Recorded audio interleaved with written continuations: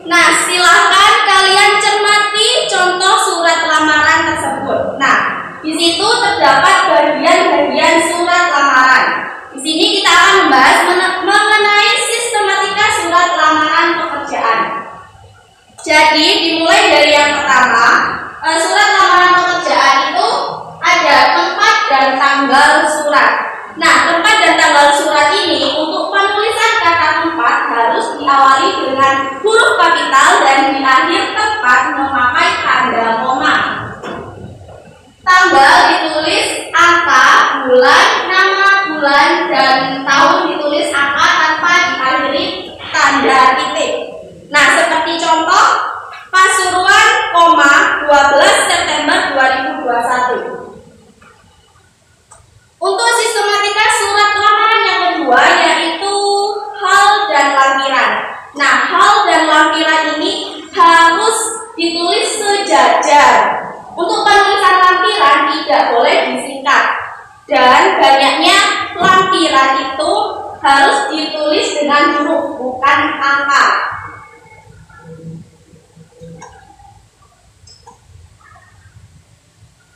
Dan yang selanjutnya yaitu alamat surat. Nah, untuk alamat surat ini tidak memakai kata kepada. Jadi langsung yang terhormat. Jika kalian menggunakan kata kepada, maka kalian akan salah untuk penulisannya. Dan usahakan untuk alamat surat ini kalian tidak boleh lebih dari 3 baris. Jadi untuk baris yang pertama itu kepada siapa alamat ditujukan. Untuk baris yang kedua yaitu alamat lengkap. Jadi kata jalan tidak boleh disingkat, harus jelas jalan begitu, tidak boleh JLN atau JL. Ya. Dan untuk baris yang ketiga yaitu nama kota seperti Surabaya, Semarang maupun Yogyakarta dan sebagainya. Selanjutnya yaitu salam pembuka. Nah, salam pembuka ini harus diawali dengan huruf kapital dan diakhiri dengan tanda koma seperti contoh berikut.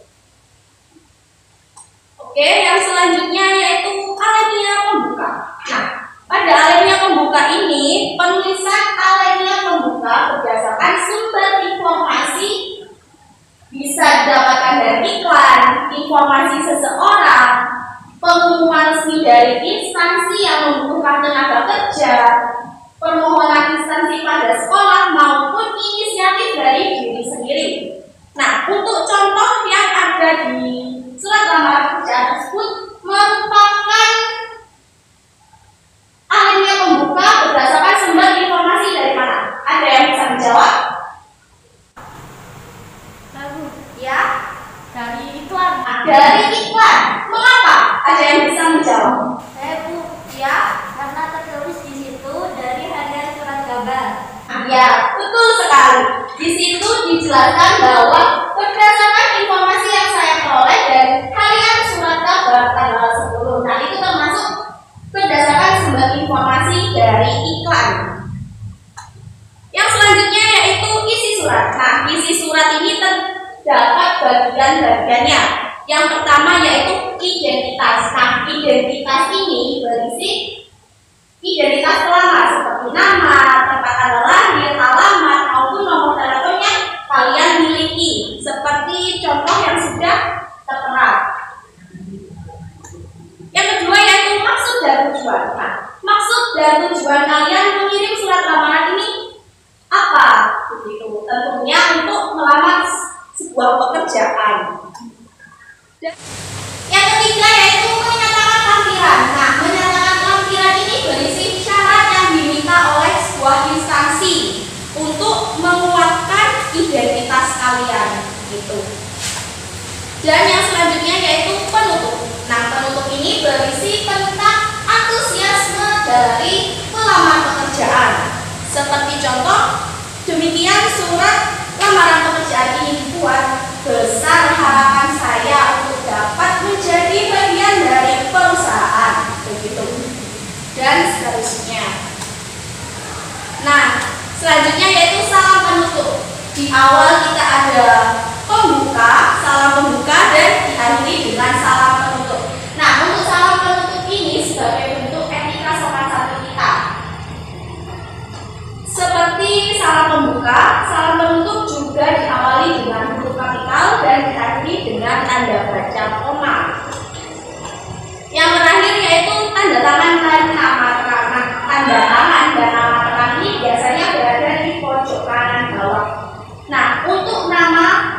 harus ditulis secara lengkap.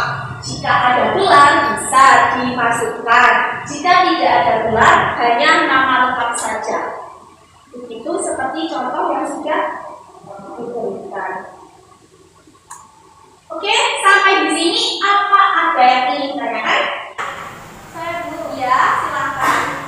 Apakah penulisan surat lamaran pekerjaan harus menggunakan bahasa formal? Nah, apakah penulisan surat lamaran pekerjaan harus menggunakan bahasa formal?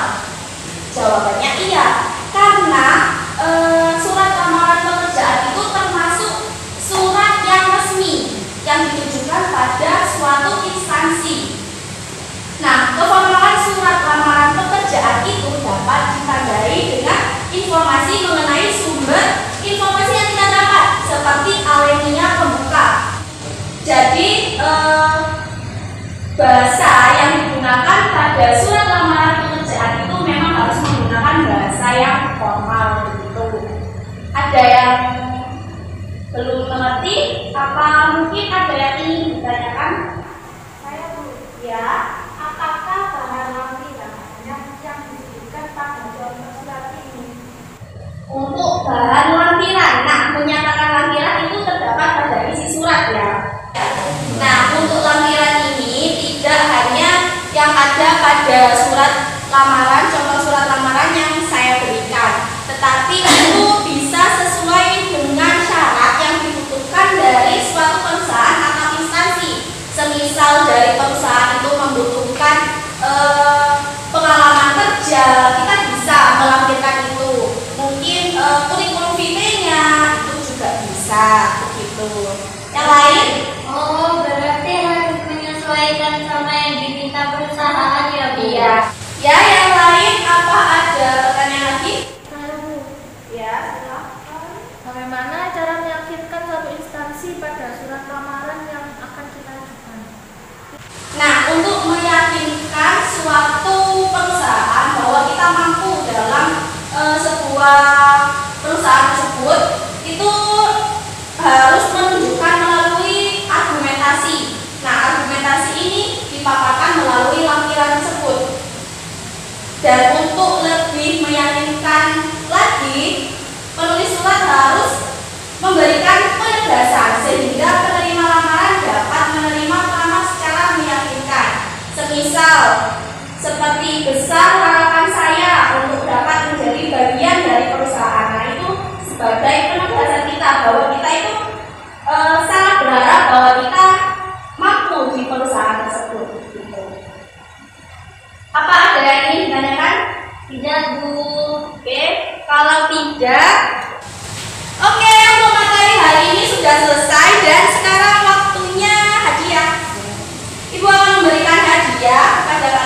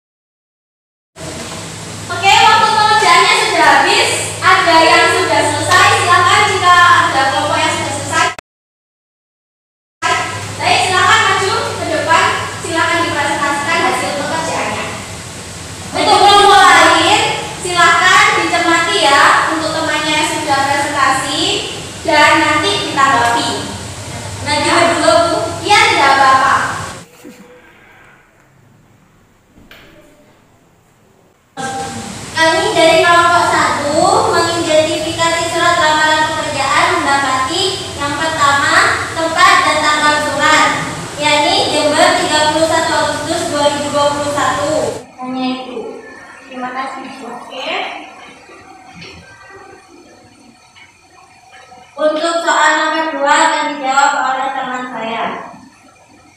Untuk soal nomor 2, kami menemukan yaitu pertama tempat dan tanggal surat. Tempat dan tanggal pembuatan surat, tulisan tempat surat diawali dengan huruf kapital dan diakhiri tanda koma. Oke, dari kelompok lain ada yang ingin menanggapi presentasi dari kelompok 1? Saya ingin menambahi untuk identifikasi surat lamaran kerja. Baik. Saya ingin menambahi untuk identifikasi surat lamaran kerja. Baik, silakan.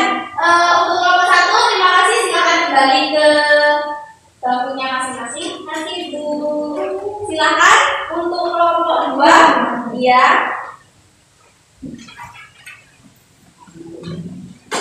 Saya ingin menambahi punya teman saya yang tadi. Yang ke-6 yaitu isi surat. Yang ini nama, tempat tanggal lahir, jenis kelamin, yang keempat alamat. Kemudian yang ke-6 adalah isi surat. Isi surat terdiri dari 3 bagian, yaitu bagian pertama identitas yang berisi nama, tanggal, dan alamat. Kemudian yang kedua yaitu maksud dan tujuan berisi keterangan alamat pelamar. Dan bagian yang ketiga menyatakan tampilan. Terima kasih untuk kelompok 2, silakan kembali. Nah, untuk kelompok yang lain silahkan jika ada yang kurang silahkan dilengkapi dan jangan lupa dicantumkan nama kelompok dan juga nama kalian, nanti kumpulkan ke Ibu. Oke, untuk materi hari ini selesai. Dan untuk pertemuan selanjutnya kita akan belajar menulis surat lamaran pekerjaan. Jadi kalian usahakan membawa